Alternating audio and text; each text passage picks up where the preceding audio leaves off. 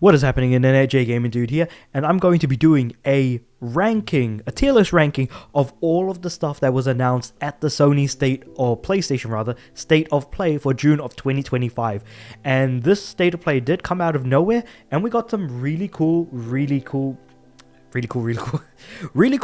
neat announcements throughout. So let's actually talk about what was announced and all the other stuff. But just before I do, wanted to kind of get my personal thoughts on the State of Play out there.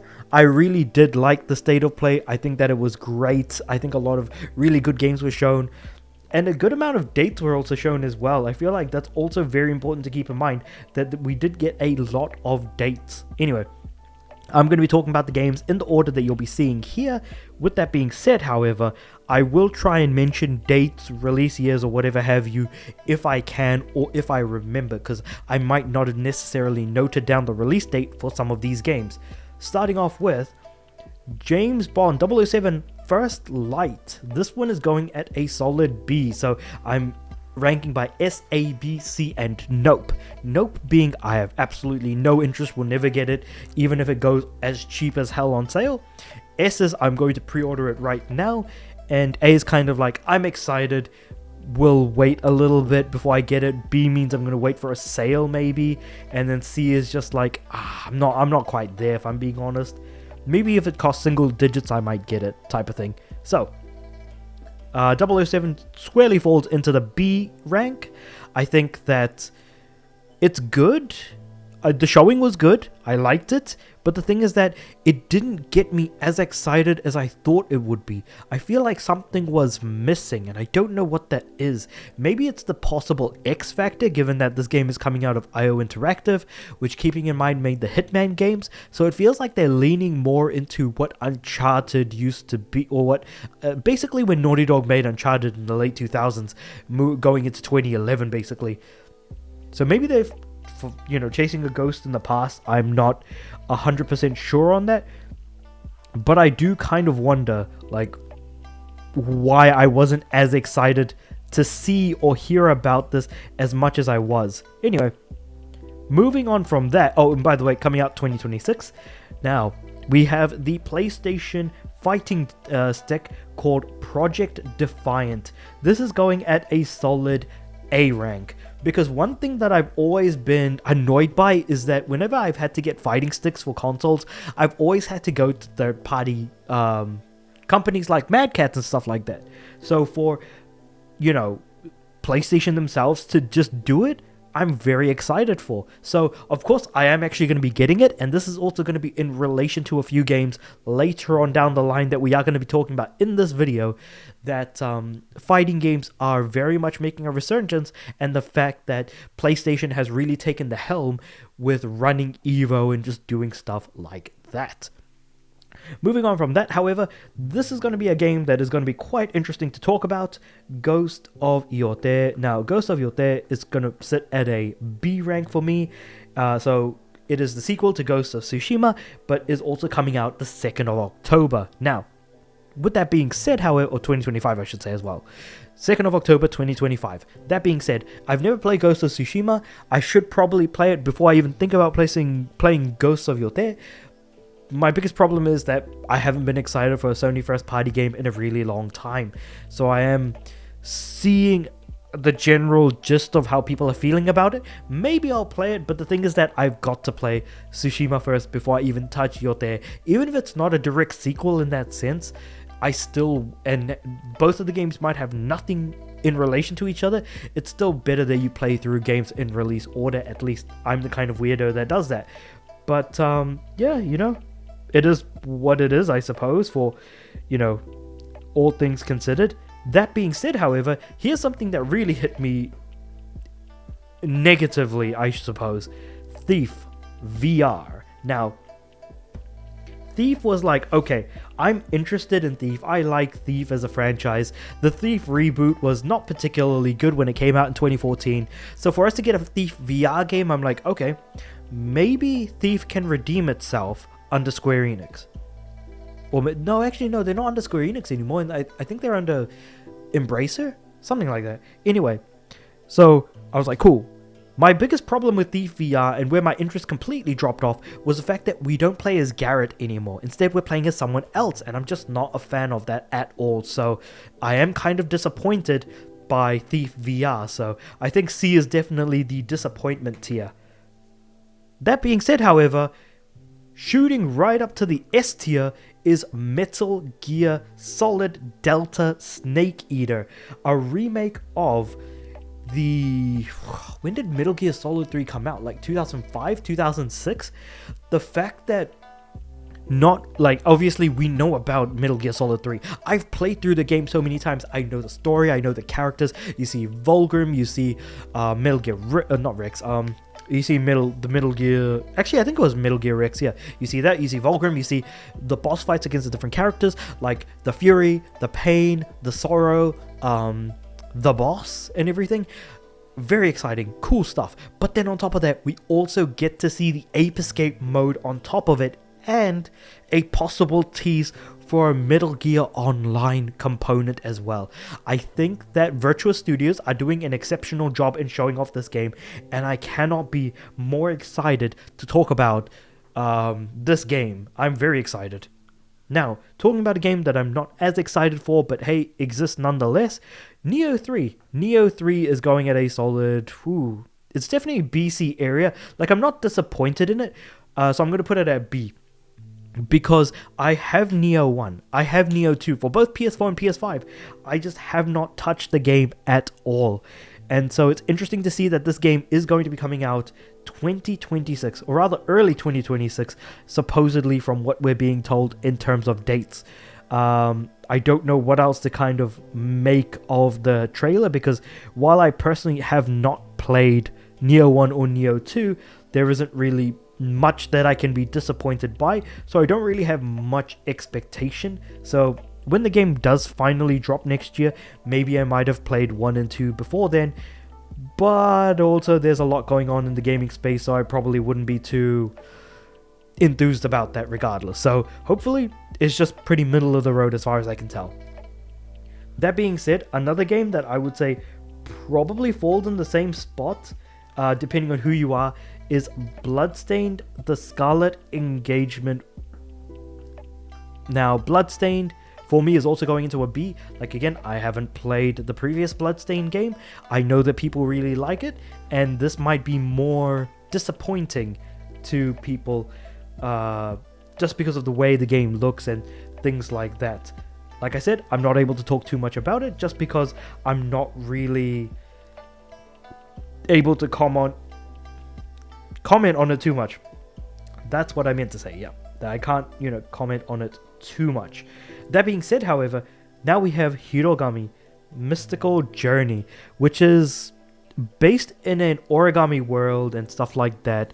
The game itself is coming out on the 3rd of September 2025, and it puts players in the shoes of Hiro, a fan-wielding who needs to use the art of folding to make their way through the game, I think.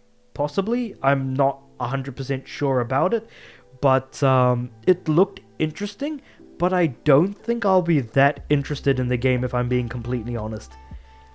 That being said, something I am going to be extremely interested for is Everybody's Golf Hot Shots. Another game where they combine the European and North American titles to make the name of a new game. Everybody's Golf Hot Shots is coming out on the 5th of September this year in 2025. I am very excited. I'm extremely excited. I cannot say enough good things about Everybody's Golf. How much I want to play it, how much I want to jump in and dive in, and the fact that the online service for Everybody's Golf 2017 had to unfortunately shut down really sucks. So I'm very excited. I want to play this game right now, but I have to wait until September, so I'll just have to make do with whatever I can at the moment.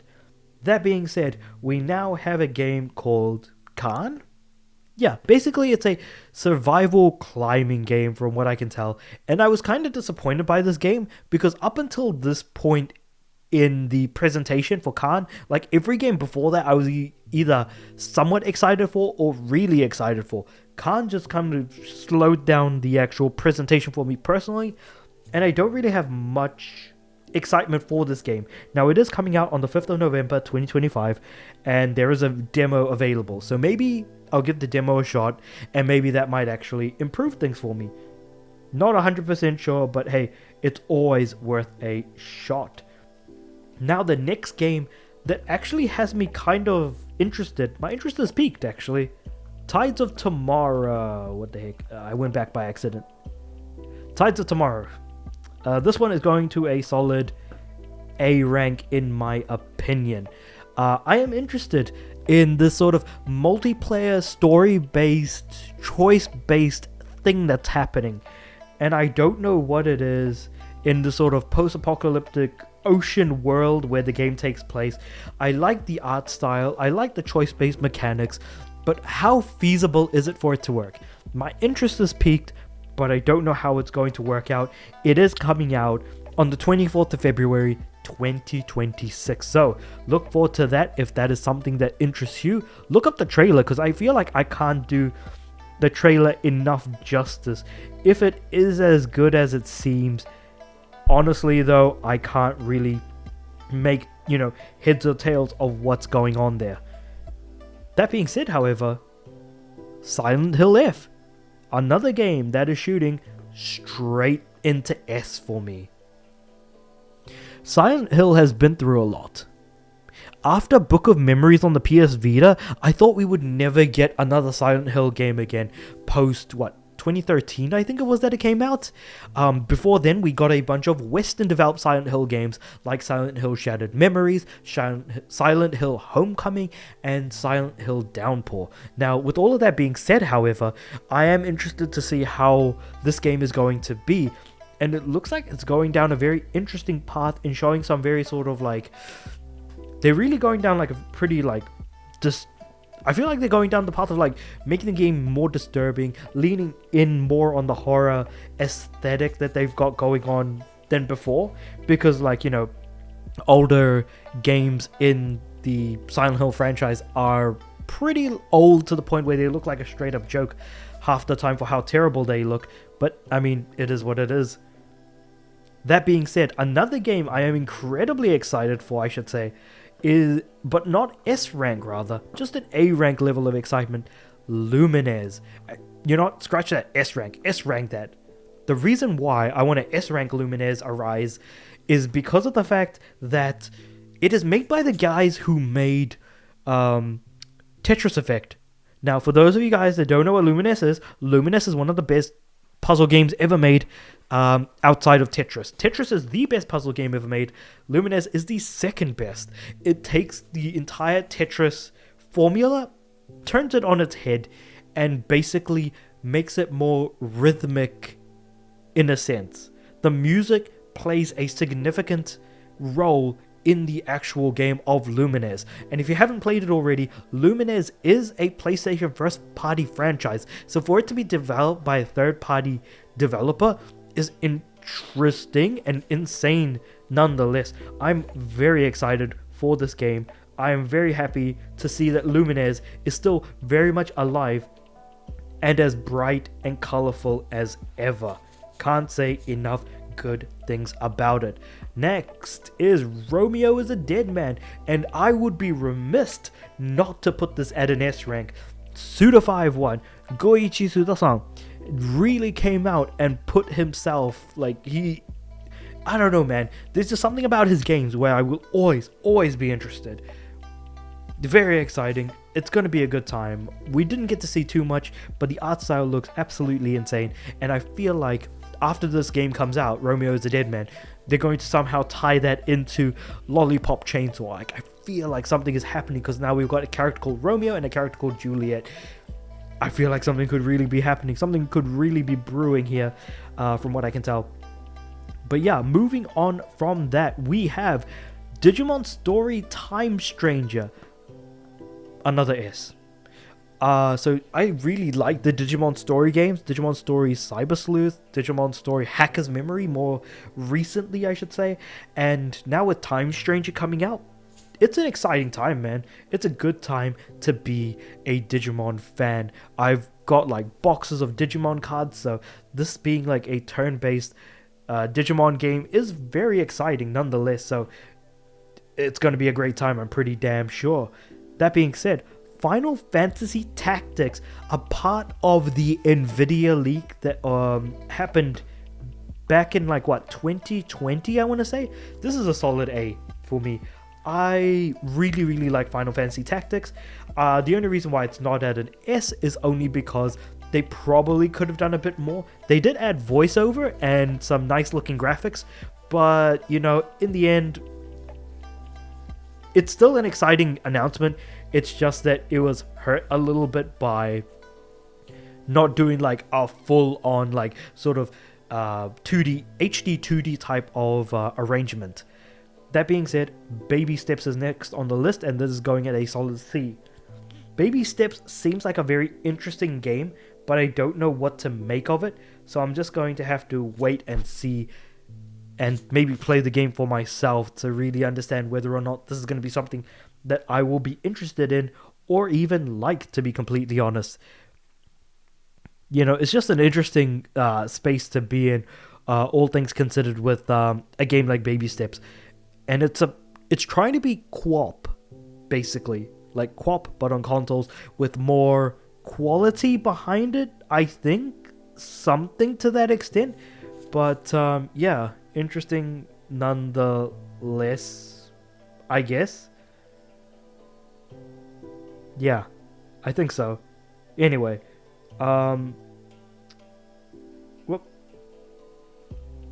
Yeah, to talk about that. Cool.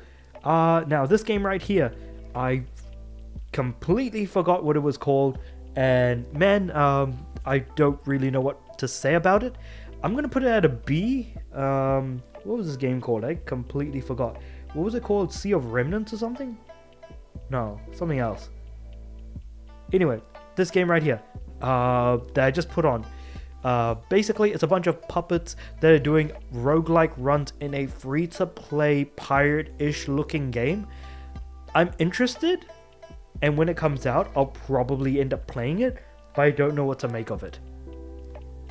That being said, however, Pragmata, the next game on the list, hits a solid A for me. Pragmata is coming out in 2026 from what I can tell, or at least that's all the information that I currently have on it, unless things have changed. But I like the fast-paced gameplay. I don't know what to expect, but the story of Pragmata being presented last time when it was at a PlayStation event, being like, we're sorry, and then now the note saying we're sorry, saying coming 2026, it's real and stuff like that, is at least cool to see. And I think that alone is what's got me interested, less so the game and more so the actual presentation of all of the stuff.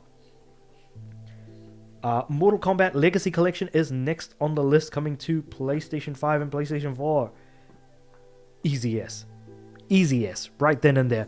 The old Mortal Kombat games are really old, but old is gold, and some things just never die. Just like the style for Ninja Gaiden Blood Ray? Wait, what was this thing called again? Ragebound, yeah. Another easy yes. Are you kidding me? I'm very excited for this game. Next we have is the Marvel fighting game. Oh man, I have like not a lot of space on my desk, so I have to move a mouse. That is an easy yes. I love Arc System Works fighting games. Dragon Ball FighterZ, sure enough, but I basically since 2010 have been playing BlazBlue games and Guilty Gear games from these guys.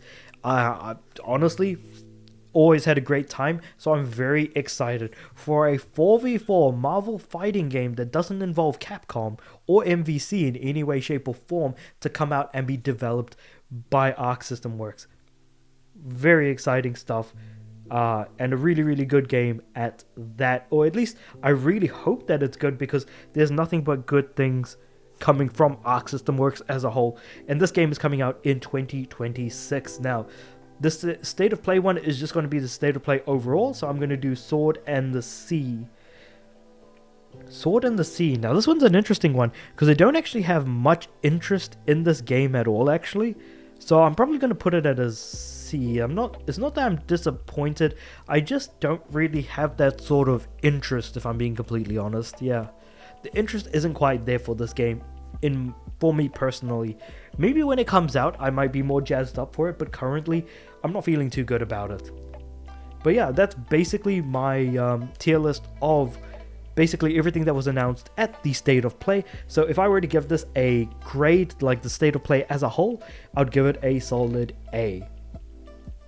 The number of S-rank announcements are insane. A-rank announcements, insane. There are some B, C, and nopes, but at the end of the day, the high highs hit higher than the low lows, because the low lows are still relatively average, all things considered. So I do think that the State of Play as a whole does deserve an A rank.